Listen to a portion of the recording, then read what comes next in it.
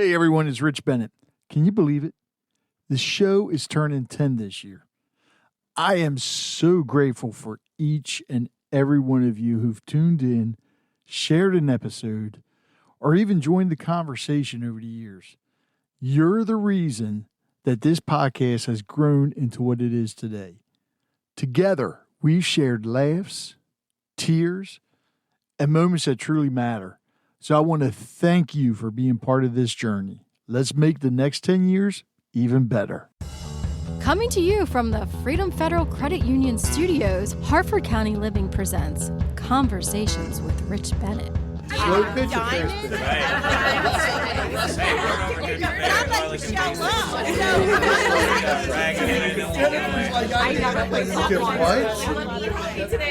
It's probably the least sexy part of the organizing. It's okay. No. The truth is, what happens when you spend your life fighting to break free from the very cycle you swore you'd never repeat, only to find yourself right in the middle of it? Today, I'm joined by Jennifer Chase, a woman in long-term recovery, a mother of a recovering addict, and a coach who's walked both sides of the addiction journey. Jennifer's story isn't polished. It's raw, honest, and full of the kind of hope that only comes from doing the hard, messy work of healing.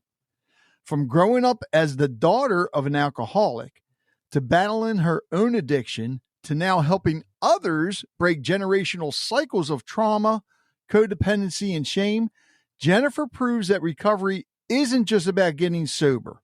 It's about reclaiming your worth, setting boundaries, and finding peace, even in life's hardest moments.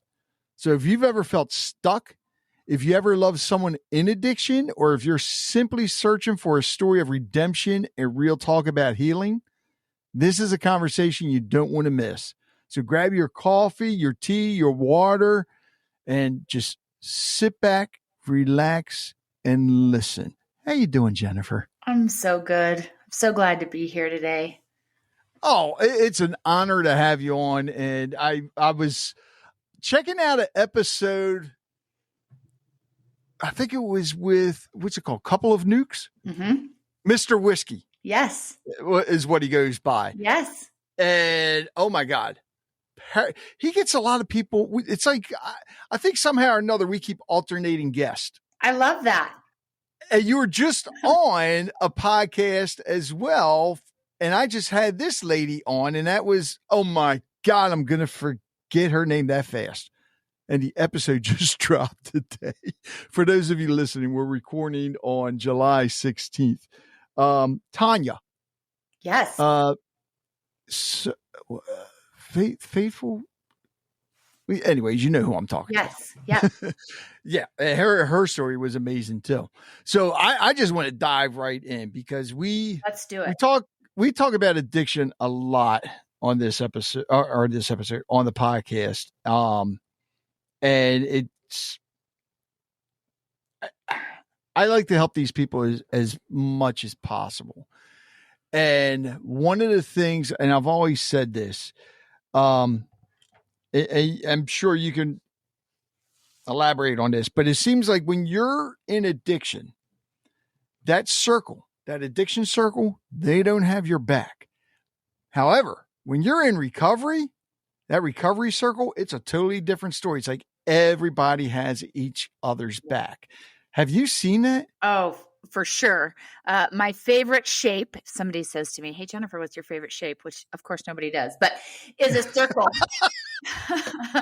It's a circle, right? Because of what you just talked about. And that circle of recovery has absolutely saved my life. It has taught me things that I was either unwilling or wasn't capable of learning up until the moment that I got sober. Right. And it's not necessarily, I mean, yes, the people in your drug circle don't have your back, but it's also like you don't have your own back yet, right? Exactly. Like, nobody can have your back when you don't have your own back. Mm-hmm. And that's the gift of recovery is it's like, not only am I showing up for myself, because most of us, once we get there, we're isolators. We have such shame that we don't think that we're worth being shown up for, right? We're really good at showing up for other people, but we're really bad at allowing other people to show up for us. And so this circle teaches us, like, it's okay to have somebody like show up for you in those moments. And I reciprocate that by showing up for them. And it's just this beautiful new way of life that really just saved me. Now all we need to do is to get people like myself and some others that, we care about people in recovery, and we do whatever we can to help them. And unfortunately, you have some people that they just turn their heads and look the other way. So if we can get everybody to realize that people always deserve a second chance, sometimes even a third chance. And I heard something the other day, and you think about it, it's true. But actually is with the lady I just had on.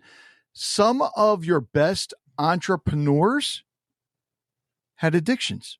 Oh, we are some of the smartest, compassionate, empathetic, deep feeling, loving individuals. And all of those characteristics that I just shared with you are also the reason why sometimes we choose substance as our solution, right? Right. You spoke a little bit about like the people that turn a blind eye. And that's one of the reasons why I'm so passionate about sharing my story, is because in order to break the shame cycle that addiction is in our country, we've got to stop looking at the fellow on the street corner that has a substance use problem with, oh my gosh, go get a job. Yeah. Instead of that, we need to look at him and go, what happened to him where substance became the solution, right? Exactly. Because there isn't a drug addict on this planet, and I've met a few in my day. There's not a drug addict on the planet that A, wanted to be a drug addict, or B, something happened to them where that became the only solution to life. Yep. Right? Yep. And so as a community, rather than looking at them as losers, I'm quotation for those that can't see me, right? Quotation losers, rather, how do we help him unpack whatever has happened to them in their life to be able to do life without substance? And if you'll allow me for just a moment to say why I'm so passionate about this. So I'm a daughter. No, I'm joking. Go ahead. I'm a daughter of an alcoholic. My dad was an alcoholic, and he was my person, right? He was my guy. I unfortunately come from generations of this. So most of my adults in my life were alcoholics. I had a grandma that was an opiate addict in the 50s before that was kind of a thing. Wow. Yeah. But mostly I was just consumed in my life by alcohol. Right. And I grew up in a lovely, if you were looking at my life from the outside, you would have thought I had a lovely life, right? My dad was a successful businessman. I got to do all of the really cool things in life. I spent the week I had chickenpox in Wrigley Field watching Cubs games. I did really, really cool things. Right. And yet the dysfunction that was going on in my house was pretty mind blowing to me as a child. I couldn't make sense of it. And additionally, I'm a part of a statistic, which is that one out of every 4 little girls and 1 out of every 6 little boys that's kind of raised in that kind of dysfunction with disease of addiction is sexually abused. And I was being sexually abused by my mom's dad. Right. And so there were all of these sort of common denominators when I would be like, well, I'm clearly the problem, or my grandfather wouldn't be doing this. My dad would be consistent. My mom would protect me. My brother and sister, who really had a great connection with each other, but not so much with me. And so as these sort of manifested in my life, and I tried to make sense of all of it, I knew this for certain during that time. I wouldn't have been able to tell you, am I going to be a doctor? Am I going to get married? Am I going to have kids? But I would have told you with 100% certainty that I'm not going to be an alcoholic. Like, Right. I'm not doing it like they did it. Like, I felt like as a child, of course, I had more courage in my pinky than they had in their whole body. Right. Yeah. And I lived that way for quite a while. And then when I was 29 years old, I was diagnosed with a hemorrhaging brain tumor. And and I was given about 12 hours to live if the surgery didn't work. Yeah. And so they went in and it was hemorrhaging pretty bad. And so they removed the tumor. But when they removed the tumor, they caused nerve damage in my head, right? Which led me to chronic pain, which they introduced me to opiates. Oh, shit. And this is the thing. I didn't want to be a drug addict. What I experienced when I first took them was mind blowing, right? I tell the story like I was at home. I was 2 weeks out of surgery. I'm in my bed high, not high in the sense, I was just taking medication at that point as prescribed. You weren't feeling any pain. Right. I could hear my husband and my kids in the living room playing. And I said out loud, as though there were another 15 people in that room with me, I said out loud, where the hell has this been my whole life? Wow. And it was the moment that for the first time in 29 years, I could breathe. And I felt like I could fit in my skin. And I felt like I didn't care that my grandfather had hurt me. And I didn't care that my dad was an alcoholic and my mom didn't, and I didn't care that I had just said goodbye to my kids and didn't know if I was ever going to see him again. It was in that moment that I was finally okay. And if I could talk to any of your listeners that don't understand what it's like to be in this brain, I never set out to hurt anybody.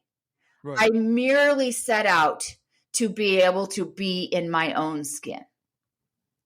And it of course, over the next decade of time, it morphed into something really bad, right? It morphed into a situation where I hurt people and I created trauma in my children and I did all of the things that you would think a drug addict would do. Right. But that was never the intention starting out. Right. And so I tell you this because when we see the gentleman on the street corner who's clearly addicted to substance, he's got a story because we all have a story. Right. And if we can just pull back and look through a lens of humanity and try to look at that gentleman with some compassion and empathy, I think this world of addiction and just this world of trauma really will be able to just do it different. We got to do it different. Yeah. Oh, yeah. Yeah. Actually, I want to go back a minute. You said with the tumor. Yeah. What was it that caused that? Do you know? So funny, my grandmother that was an opiate addict in the 50s, I am a carbon copy of her. So not only am I an opiate addict, but she had a brain tumor that we found out that day was hereditary. And so I had actually had the brain tumor my whole life. It had just got to the point where it got really big and it hemorrhaged. And because the tumor was looked so much like brain matter, the times, and I had a lot of scans previous to that because I had suffered with headaches. No figure. I had a brain tumor. But they never saw it until the iron showed up from the blood. And so that was why it it was hereditary. How are you now? Great. Well, other than I still have chronic pain. So I still have nerve damage. And I knew that was going to be a battle. The day that I got sober, I knew that I was going to have to figure out how to manage that pain outside of using painkillers. But as far as the tumor goes and the consequences of that, I've had very little. It was, go ahead. No, I want to ask you that because you still have the chronic pain. Yeah. And a lot of people, especially when they're taking meds that they get addicted to, they still experience that pain and they find a new way to deal with it. So how are you dealing with that pain now? Yeah. So not only do I have nerve pain, but I also have rheumatoid arthritis. That's not fun. And so I've had to figure it out, right? Because and to me that was one of the biggest barriers to getting sober. Was, okay, how are you going to deal with this? Because it can get pretty dark, right? Any of your listeners that have chronic pain, like there are days where constant pain can get pretty dark. So some of the things that I do now, and it's not perfect. I'm not going to blow smoke up anyone's, like it's not gone away. Jennifer, you can say it. So I do a lot of meditation. I'm a runner. So that really helps because the anxiety and those sorts of things, I keep that at bay with exercise. Right. I do journaling, which also helps. And I take a medication called Phenagrin, which is just an anti-nausea medication. So through this journey, I have been able to find a gut-brain connection. And oftentimes I will get nauseous before my nerve pain gets really bad. So we have found that if I can keep my nausea under bay, that it will keep my headache from getting super bad. So, I mean, we've spent years, I've been to the Mayo Clinic. I've done a lot of things that have tried to figure some of this out. And we just find little weird quirks like that have been able to be helpful to keep it most of the time at a manageable level where I can just carry on. And everybody's different. Yeah. Some things work for some people. Some things don't work for some people. I know with me, because when I got out of the Marine Corps, that last physical, they told me I had arthritis. And, throughout the years, I've done stupid things I should never have done. I keep forgetting that I'm not as strong as I think I am. So herniated disc, all that. So I know what the pain's like. But I even got to be on the brink of tears before I even pop a Motrin. Yeah. But one of the things that helps, and you do the one, which is meditation. To me, that helps out a lot. It's something I swear I would never do until my older brother yelled at me for not doing it. So, of course, I had to do it. And that was a chiropractor. Because I didn't realize all the different things that a chiropractor can help with. And yoga. Yeah, of course. Well, and massage helps me also. Oh yeah. No, I don't do the I'm bruised afterwards kind of massage. So that doesn't help me. But a nice massage can help with the pain, and it helps with the arthritis too. So yeah.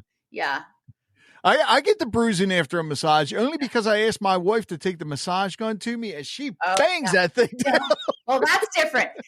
She's just taking some of her resentments out on you.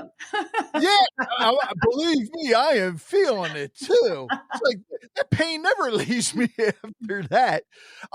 So at 29, is that when the addiction actually started? 2003 is when I had 2003 is, that is when it started. So I share this with people too that don't understand what it's like in my brain. That day that I just described to you was the last day that I had choice when it came to my addiction. Right. And I was addicted that day emotionally, even though I wasn't physically addictive for probably another 3 months or something. Not only did I have brain surgery, so I was, before surgery, I was running and I was playing soccer. And so when I had brain surgery, they're like, you can't do that for 6 weeks. So I stopped for 6 weeks. And then as soon as I started, March of that year, I was playing a soccer game and I tore my ACL. Oh God. So I had ACL surgery 2 months after I had brain surgery. And by the time that surgery was over, I was physically addicted to opiates. There's no doubt. And again, I used for 14 years. I was prescribed absolutely everything I ever took. And if I share with you what I was prescribed, you would absolutely lose your mind. Right. It was in early 2000s. It's when the height of the opiate epidemic was going on in America. And I was heavily overprescribed. Now, I don't think that was from a, I don't think they meant to do that, but I had a medical condition, what nobody could figure out how to help me. Right. Right. And so initially it was like, well, let's just get her out of pain. And then it was like, oh, she might be addicted. And then all of a sudden it was like, oh, this is a you problem. Right? Oh God. Like we're not involved in this. And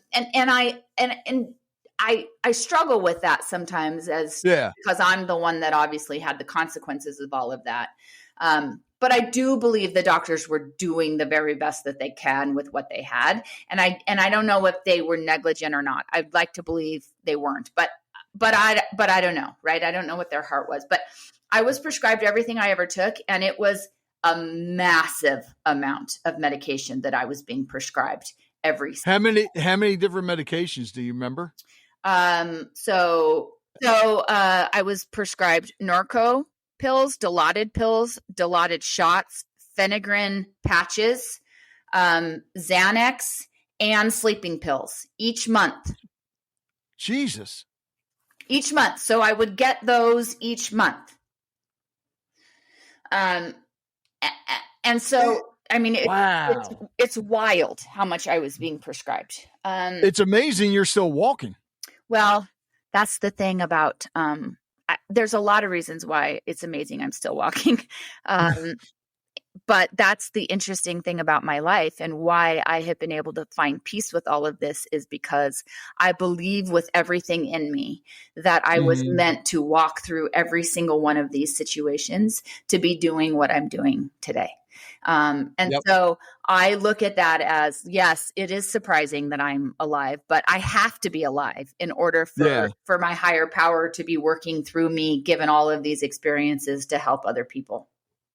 All right, I want to go back to when, the addiction started at 29 with the tumor and everything, because you were married and had kids at this time, right? Correct. So how was everything with your husband and the kids? I mean, well, I'm sure your husband knew, but how old were the kids at the time, and how was everything with that? So when I got sick, my kids were 2 and 5. Oh, wow. I had been married for just over 5 years at that point. It's technically still newlyweds in a way. Yep. So interestingly enough, I believe, I shared with you the only thing I ever wanted to do was to not be my parents, right? The only thing I wanted to do was to break the chains of this thing. And my life when I got married up until when I had my brain tumor was a dream.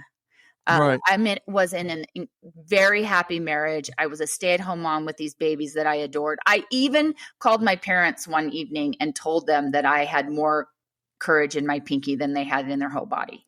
Right. Wow. Like the young 20-year-old version of me was like, I believed I had done it. Right. Like I had believed that I was the one, after all of these generations of abuse and addiction, that I was the one to be able to break the chain. So my life up into that moment was a dream. And when I got sick, it slowly, that's the thing about addiction, right? It wasn't like pedal to the metal all of a sudden. It was a slow progression. And I share this with my story as well, as it was complicated because I had a medical condition. So I think people were a lot more patient with me and my behaviors as the addiction got worse, because I had this component of like legitimate medical condition that was legitimately causing me pain. Right. And so there was a lot of empathy and compassion for that part. And so it took a long time for my husband to be like, okay, right? Like we're not doing this anymore, right? Yeah. And even my daughter, so she was 5 when I got sick. It wasn't until she was in high school that she shared with me that, like, oh, you're an addict. This isn't just about your pain. Right. Wow. So that had to hit hard. Yeah. So it was a long, like it was growing. Right. And I think it a lot of the components, I think my husband's rescue and enabling was more significant because of my medical condition as well. So to answer your question, and this is for your audience, I recognize that what I'm about ready to say is kind of a mic drop, but In October of 2016, I found out that I had become my son's drug dealer. Wow. And I wish with everything in me that would have been enough. I wish that given that understanding, I would have said, oh my gosh, we're done here. And how old was he at the time? He was 17. Oh God. So he's a lot like his mama and has mental health sort of struggles with some anxiety and some depression. And of course, living in a house with me and the chaos at that time that was going on in my family. I knew that he started dabbling in marijuana when he was about 15. I think initially it was being self-medicated for his anxiety and depression. Right. I did not know at all that he had become an opiate addict. And there was a lot of things that kind of happened that it came to light. And again, I wish it had been enough. I look back at that time and say, my God, Jennifer, why did you just not stop that very second? Right. But if I can, again, get you in my head, the only thing I was concerned about in that moment was, oh my gosh, now it makes perfect sense why I'm running out every month. He was taking it. Because he's taken my drugs, right? So the only solution is like, don't forget, I have a medical condition, right? So the solution is to get you, my son, off of my drugs. And it took a long time to get from that initial perspective to months later. And it wasn't a tremendously long time. I got sober about 8 months after that. And so he graduated from high school on the 27th of May, and I checked myself into a facility on the 28th. And that was not by accident, right? Right. And I went into that facility that day with the mindset of, it's like, okay, I'm going to learn to use like a gentle lady. I'm going to get my tolerance down. I'm going to get so many drugs out of the house so that, it's not so hard. I did not enter that facility that day with the mindset of like abstinence or like recovery, right? Right. I was just trying to do it a softer, easier way where I could still have my drugs and save my son at the same time. Trying to control it. Yep. And after 28 days in that facility, I realized that the only way to save my son was to save myself. And well, yeah, that makes perfect sense because now he's addicted. Running lips here. He's addicted, and with you going through addiction, damn, that's got to be hard. Yeah, and now, and correct me if I'm wrong, but your husband was not in addiction, right? No. So my husband in the picture is the consummate rescuer and enabler, right? So if I had a prescription due at midnight on a Tuesday, he was there at 12:02 to pick it up, right? And bless his heart, he did all of these things that he loves me, right? And I don't doubt that at all. Like, he took care of the kids, and I had very few consequences when it came to that kind of thing. I mean, because he loved me, and this is one of the reasons I feel so passionately working for families now. He was not responsible for my addiction, but he contributed to the length of it. Right. Right? He contributed to how long I was able to do it before the consequences outweighed the benefits. All right. So now you're in this facility, and you, on the 28th day, you realize that. How much sooner before you got out and back home? Yeah. So I was there for 28 days. I probably realized. Oh, it was full 28 days. Yeah. I probably realized, I don't know, at maybe 14 or 15 about that I was going to have to do this for me, and that it couldn't be for him. or my daughter. I mean, don't get me wrong. Like, it was both of them, right? It was like, I wanted to do it for both of them, but I realized at that point that we got to do this for me or not. So I was there for 28 days, and then I went to an outpatient program for another 6 months. And that, between those two facilities, was where my life was absolutely changed. And that's where I started talking about my sexual abuse as a child, because I hadn't spoke about it. Oh, shit. Exception to my husband, since sharing it with my mom when it was like, well, did that really happen? Right. So I hadn't talked about it. So that was, started to talk about that. I started connecting with these other beautiful humans. Like, I didn't have to tell you about my shame because you already knew about it, right? Like, you felt it yourself. And it's like this connection that I had with these other alcoholics and addicts was the connection that I had been yearning for my whole life. And in that facility, I made 3 connections. So you've probably maybe heard the saying, the opposite of addiction is connection.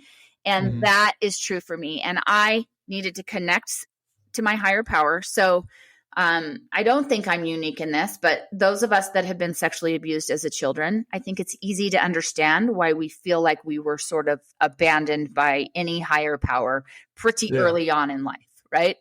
And so this was and so just saying I needed to connect with my higher power, like, one of the hardest things I've ever done is to find that connection.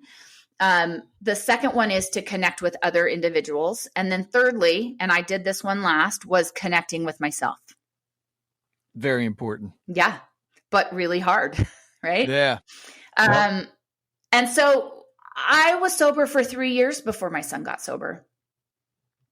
And by far, the hardest thing I've ever done was those 3 years, that I had to make some decisions on how I was going to contribute to the problem or contribute to the solution.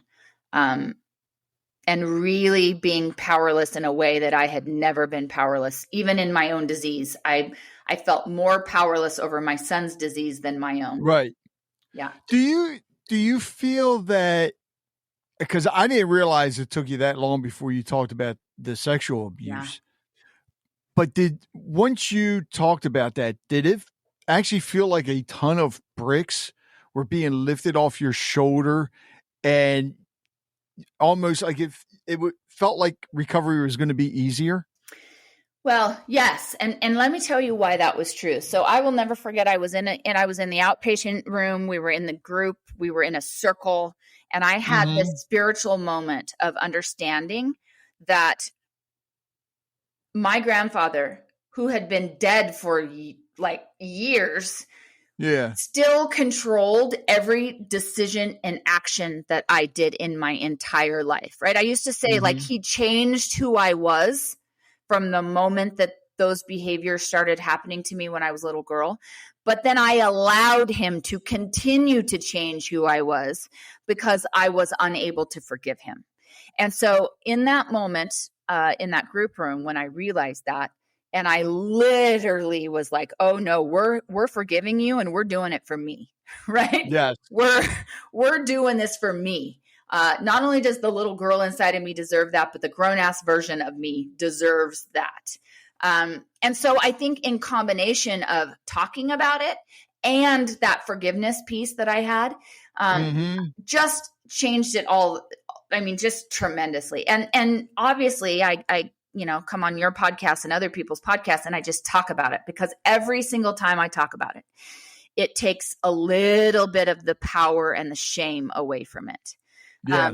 When I was in the inpatient treatment facility, and we were in the main group room with all the people, and I said, hey, I need to just say this out loud before we're done for the night. And I said, I was sexually abused as a child, and I'm walking back to my room that night, and a lady came over to me and she was weeping, and she said, Jennifer, I was raped when I was 16, and you're the only person I've ever told.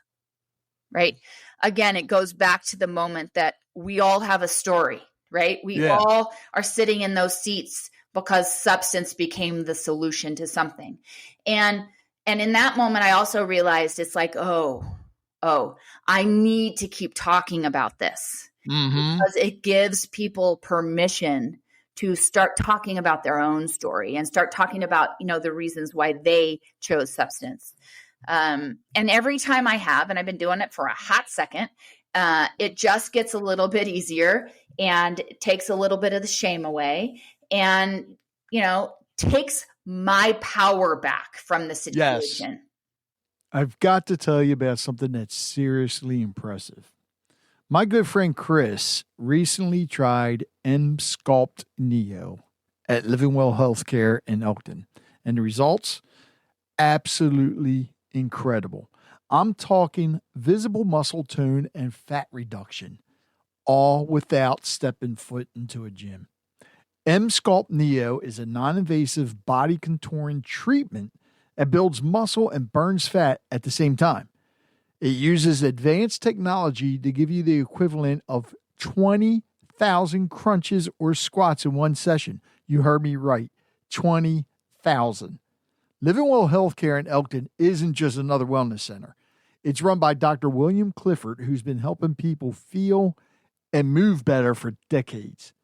If you're tired of working out without seeing results or just want a kickstart to your fitness goals, this is the move. Check them out at livingwellhealthcareelkton.com. Again, that's livingwellhealthcareelkton.com. And tell them Rich and Chris sent you. All right, let me ask you this, because you said you forgave your grandfather, that's, I think, something that a lot of people for some reason feel they can't do. But the bigger question is, have you forgiven yourself? Because a lot of times people in your situation, you have that shame, and it's a lot of times people find it hard to forgive themselves for holding it in so much or for so long. I have forgiven myself. I look back at the small version of me, and that small version of me was trying to tell people without the words, right? Without the ability to articulate or the life experience needed to tell the adults in her life what was going on. And so I have shame around things like, who the version of myself that manifested. I don't know if that makes sense, but I don't necessarily, absolutely. But I don't have shame about that part. Like, I don't connect responsibility to myself, for the abuse itself. There are things that abuse manifested about me that I for sure do carry shame about. Well, we're working on it, right? Like, that's my life work, is to kind of walk through all of that shame. But I don't blame her. I don't blame that little girl. I know that she was doing her best to try to make sense of all of it. And now, and she just didn't have the adults around her to protect her. Right. And now that little girl is helping others. Well, that's the only thing that makes sense. Yeah. I mean, that's the only thing that makes sense of any of this. The reason I do what I do is I was driving. So I'd been sober for about, I think, 3 months, and my husband and I are driving down the road, and I'm telling him, like, I'm so excited. And I'm like, oh my gosh, like, this is what we did in group. And I met this person, and I wrote this, and I feel so free, and I've never felt more free in my life. And I look over at him, and he's like deadpanned. And I'm like, wow. I kind of look at him, and he's like, I'm so grateful that you're experiencing this, but I went through this too. What? And I have nobody to talk to about it. And I was like, right. I was shocked. And him saying to that has always, so I worked in the treatment field for about 6 years, but there was always this thing pulling me that said, Jennifer, you got to go work with the families, right? You got to go work. You got to go work with the husbands that have nobody. You got to go work with the kids that you were, that version of you that didn't understand your dad as an alcoholic. You got to work with the mamas. And fortunately or unfortunately, I have all of these different perspectives on this disease. I can speak as your neighborhood addict, right? If you don't understand what it's like to be in my brain. But I can also have deep empathy and compassion for those other roles because I too wear those hats. And so, and really my husband gave me such a gift by saying that, because now it's like, okay, let's go try to untangle this thing as a family, because we all know if you work in this field, this disease is a family disease, right? Yes. It is a multi-pronged, families contribute, whether they want to believe they contribute or not. And so how do we untangle this thing and allow everybody to find peace, not just the addict? Because this thing is as isolating for the mama is as it is for the addict, right? So all of a sudden you got a child that's an addict and you don't talk to your friends the same way. The same things don't matter. You don't want to tell them how effed up your family is, or, whatever that looks like. And so it becomes very isolating. And so the goal is, how do we build that community for families, and how do we help them contribute to the solution rather than the problem? And I'm glad you're doing that, because and I think about, in the beginning, we talked about that addict on the street. Yeah. Well, that addict's got family and friends. Yep. And that family may be worried because they have no idea where he is or she is. Yep. And a lot of people don't think about the family. Yeah. And actually, while we're talking about that, what are some of the biggest misconceptions people have about loving someone with addiction? That I can love them sober, like I can love them to sobriety, right? I can get them there. I like that. Right? I can, if I just, let them stay in a hotel instead of being homeless, then they'll understand and they'll give them a hand up to be able to go get sober, right? Or, and I'm not a tough love gal. That is not what I am. Tough love does not work with everybody. No, I am not a tough love gal. What I am is to allow somebody the full weight of their disease and consequences. Tough love to me resembles like, I'm going to add to it, right? I'm going to make it more challenging for them.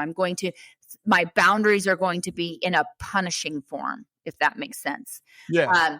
I'm in the camp that it's like, I'm not adding anything to it. I'm just going to allow you your own life, right? I'm going to allow you your own consequences, and however it plays out, I'm going to allow you to do that regardless of how much pain it causes me. I think that that's where this comes in, is the courage to identify that the most loving thing that I can do as a mom, right, is to sit in the discomfort and not try to change somebody's outcome because of my discomfort.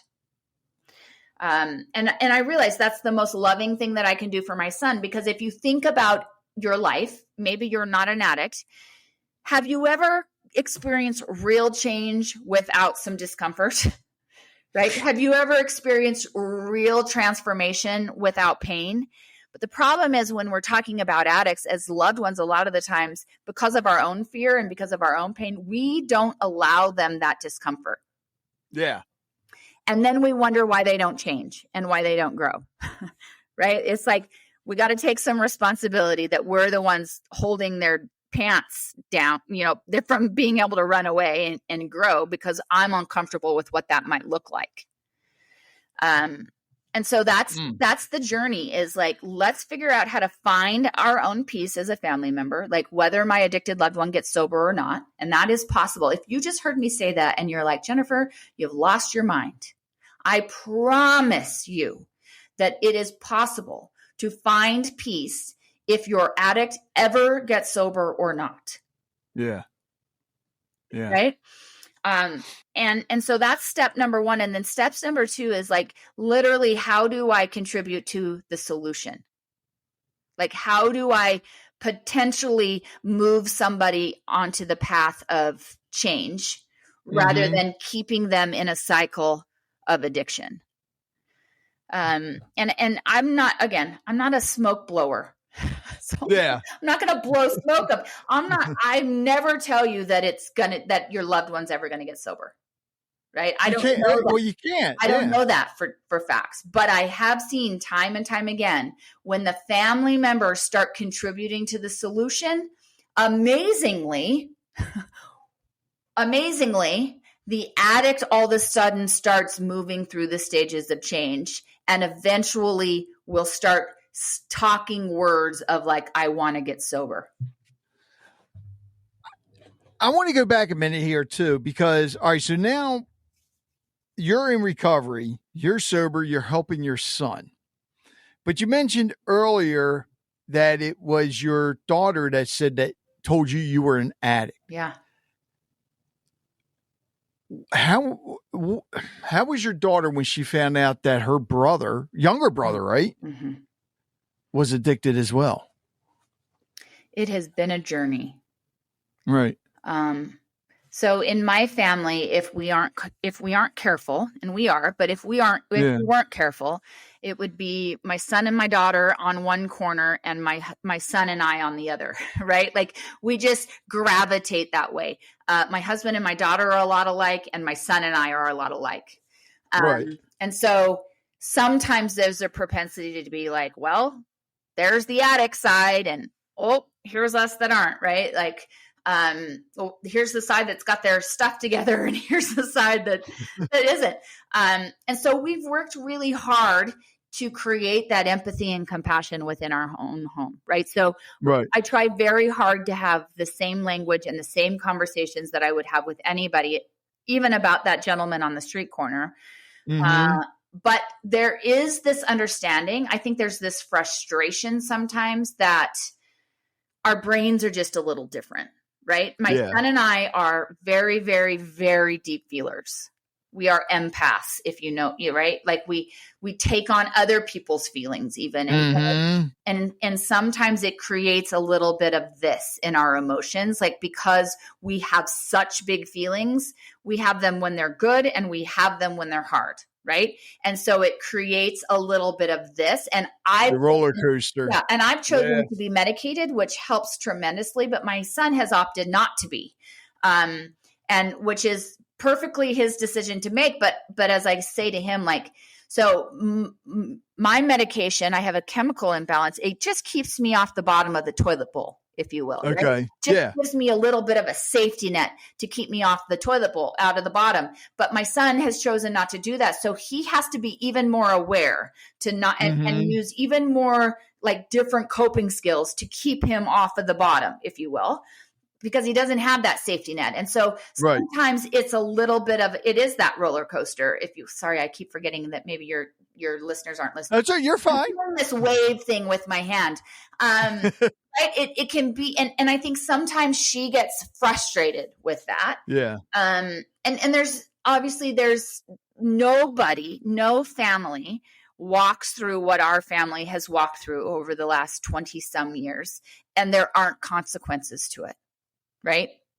There are, I've sat in a lot of counseling offices where they have, written me letters, or, when my son went to rehab, there was calls with his counselors where she was mediating some things that he needed to say to me. And even though I've been sober for this long, there are still days where they are frustrated, and specifically her, because my son understands addiction, obviously, right? He understands the pull that happens in our brain.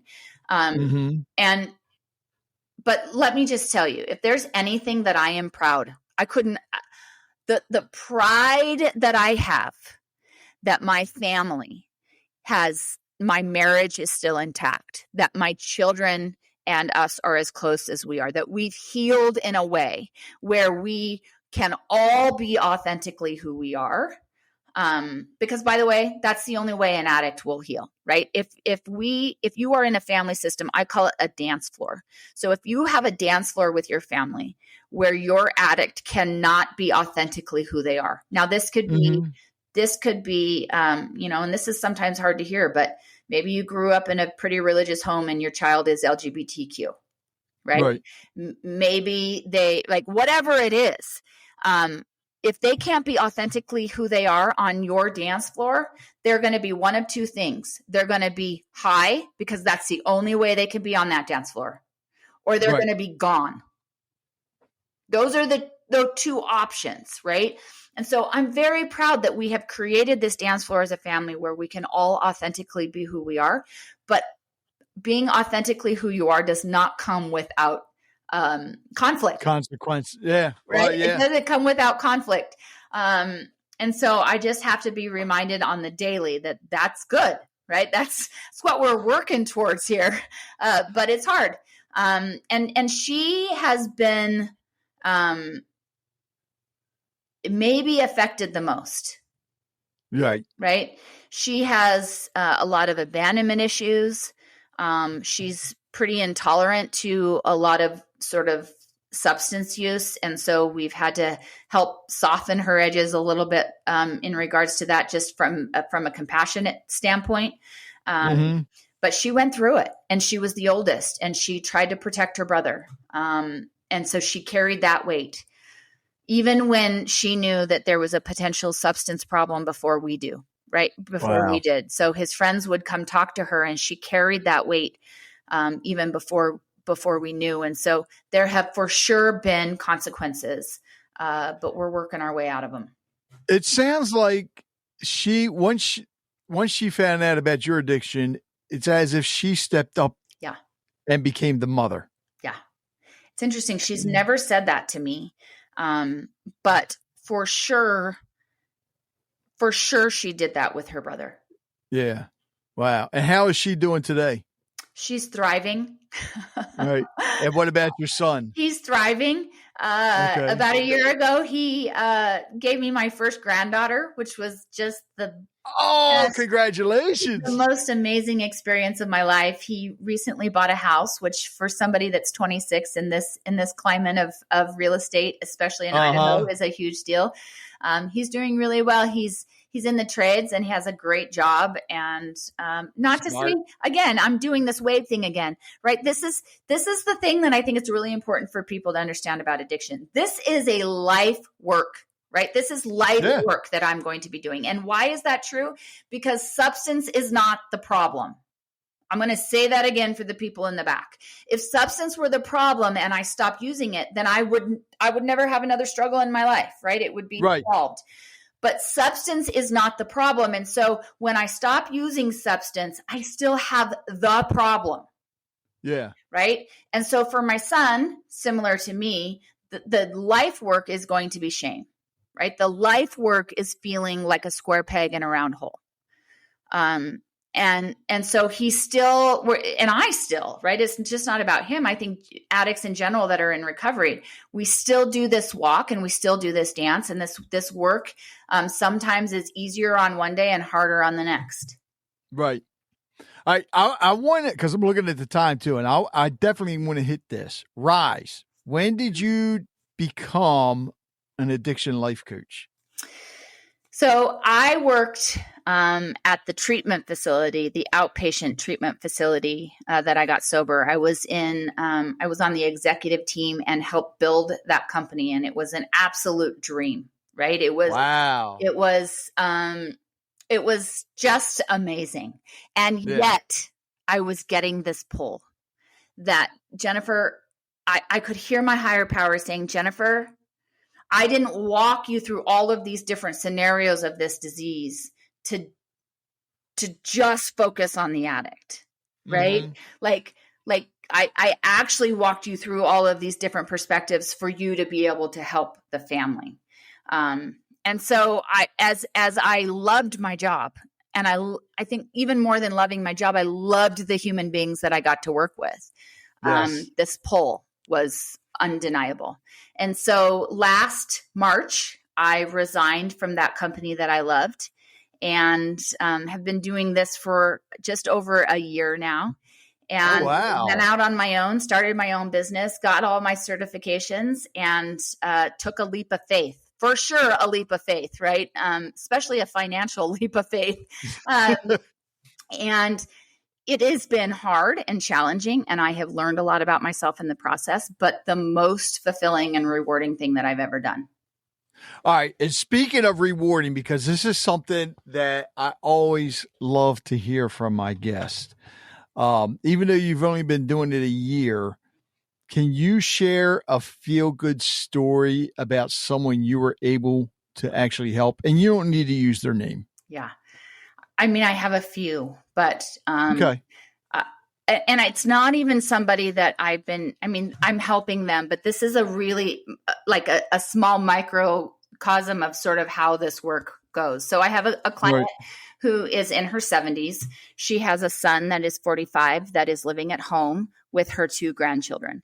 The mom of those children they have a restraining order and some hard things that have happened. Mm-hmm. And so she's got a lot of fear around the safety of her grandchildren. And so in that, she has initially set boundaries of like, you can't use to her son. You can't use, substance in my home. You can't do any of these things. But as he's broken those barriers because of the fear of her grandchildren, she hasn't been able to hold to the boundary. And so she and I, the work that we've done is like, let's meet her where she's at. Let's break this down to a boundary that you actually can stick to and gain confidence. Because this is the thing about boundaries. Boundaries must be rigid. Boundaries must be black and white, especially when you're talking to an addict. Because if you give an inch, what I'm thinking as an addict is, so what you're saying is I got a shot to blow through this thing, right? You open the door. If you give if you say you need to be home by 12, but you do nothing at 12:03, what you've said to me is, I got a shot at this thing, right? So boundaries being rigid are very, very important. And she couldn't set them yet because of her fear. We're getting there, right? But we couldn't start. So the boundary that she came up with, and this might sound silly to some of your listeners, but I'm so proud of it. The boundary she came up with is that I won't do your laundry if your socks are not unfolded. Interesting. Right? And she's like, I can hold to that. I just won't do his laundry, right? And she's a little like the laundry needs to be done, but she's like, I can do that 100% of the time. And so we started there. And that gave her confidence to set the next boundary. See, this is the thing. When you're talking about an addict, we're talking about life and death in most cases, right? And we're talking about our own fears. And we're talking, just the panic of walking through this with an addicted loved one. And sometimes it's so important to break it down to what we can succeed at, what we can do, and start there. I have so many clients that I have been working with over the years, really, because I started doing this work before I actually started my own business. So I was doing it in the capacity of the treatment facility that I worked with. And so some of these clients I've had for a lot longer than just a year. Some of them like 4 or 5 years. And I have a client whose son has gone in and out of addiction, and he is an opiate addict, right? He uses fentanyl. So the stakes are real. God. The stakes are real high. And she has gone from absolutely losing her relationship with her other child that is not an addict because of the chaos, right? And the codependency, potentially losing her marriage because of the codependency, to finding peace. And he has gone in and out of jail. He's gone in and out of relapsing and sobriety and relapsing. And we've set up plans for what it looks like when he gets out of jail. I've had him in my office and her in her office, and we've set out boundaries and all the things. And he's relapsed and gone back to jail right now. And through all of that, she has been able to keep her peace. And for me, that's why I do this work. Not to say it's not hard, right? Not to say that there aren't days. She gives herself 24 hours sometimes when she needs to mourn and grieve what's going on. But for the most part, a lot of the most part, she has kept her peace. And that's why I do this work. All right. So with the work you're doing, it can really take a toll on your mental health. So are you still, because you were dealing with the chronic pain. Yeah. But what are you doing now for your own mental health, especially when you're talking to other people like that? Yeah. So oddly, I don't know why, but I can do this work and still sort of shut the door is not a good thing, but I can compartmentalize between, right. Those of us that have been sexually abused in our life, we compartmentalize very, very well. And so I can do that, even though sometimes people reach out to me in a crisis and I'm with my family or whatever, I can still do that. Okay. But that's not to say that my health is not of top priority. So a couple of things that I do, I spoke about earlier. I meditate, right? I do it a lot. I do it in high stress moments. I do it when I'm feeling unsettled.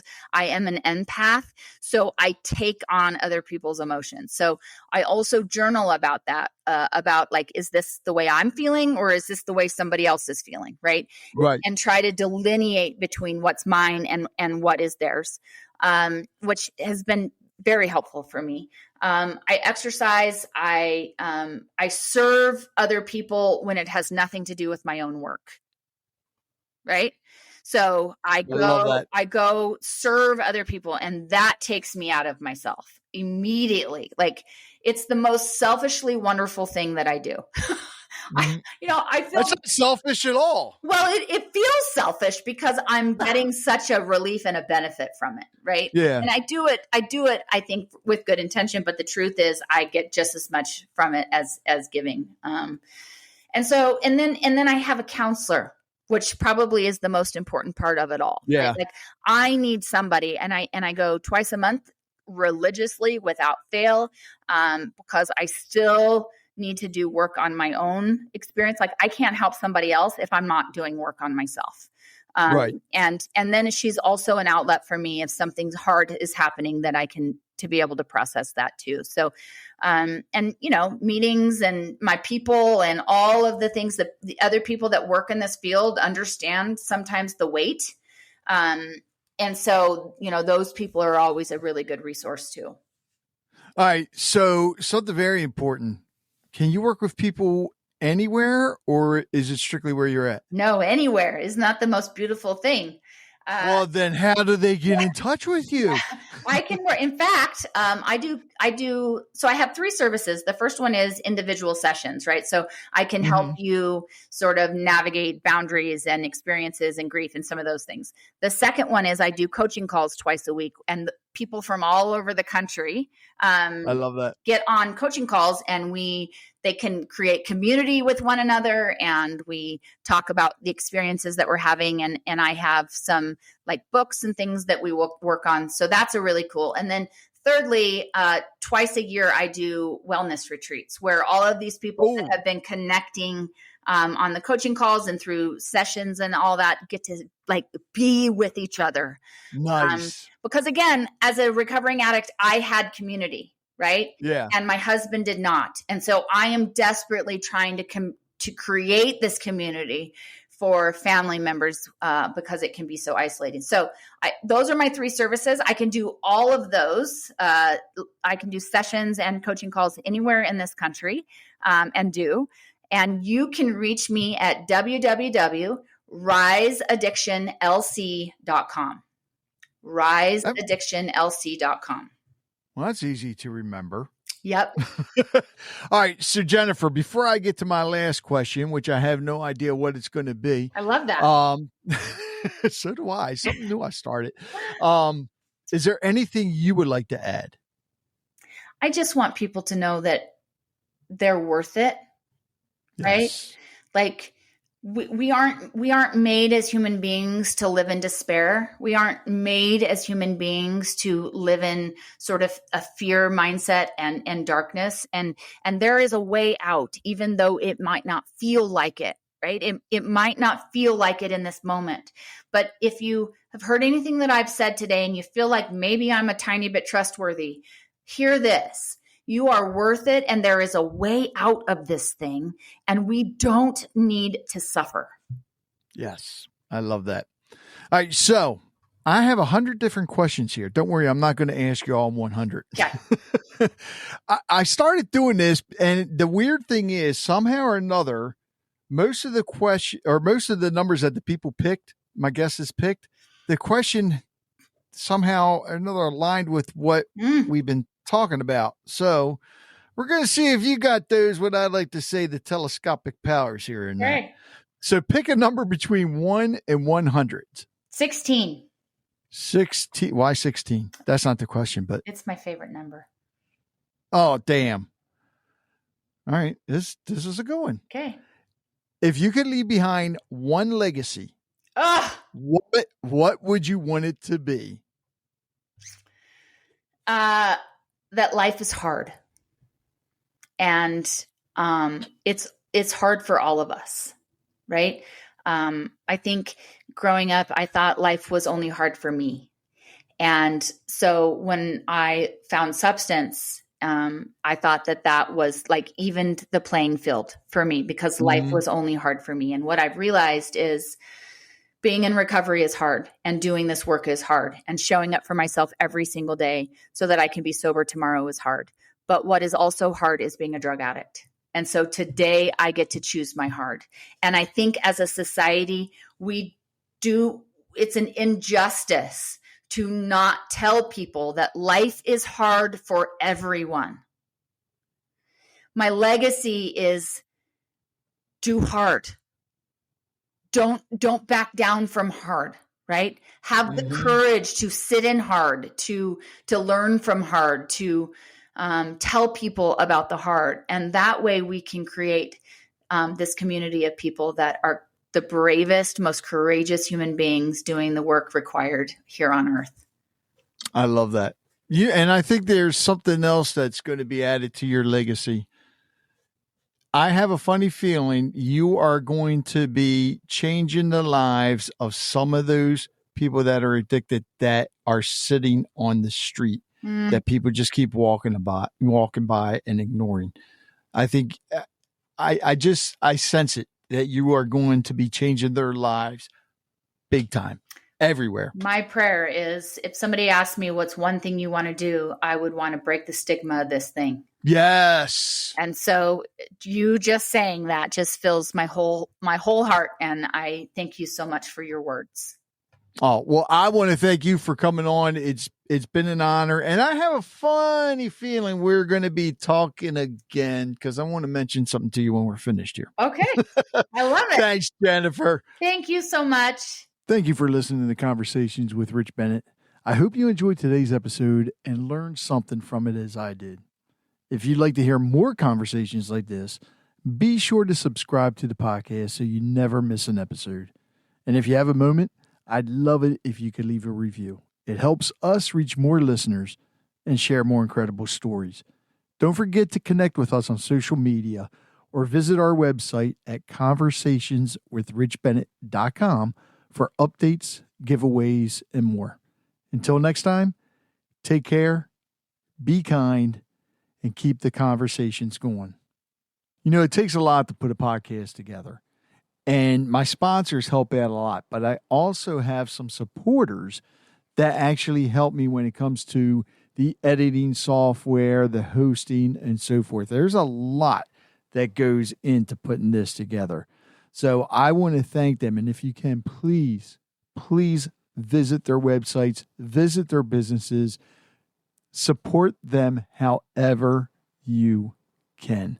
So please visit the following: Real Life Prosthetics, cutting edge solutions, restoring ability since 2001. Go to reallifeprosthetics.com. Full Circle Boards. Nobody does charcuterie like Full Circle Boards.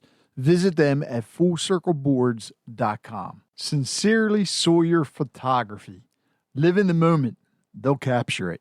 Visit them at sincerelysawyer.com.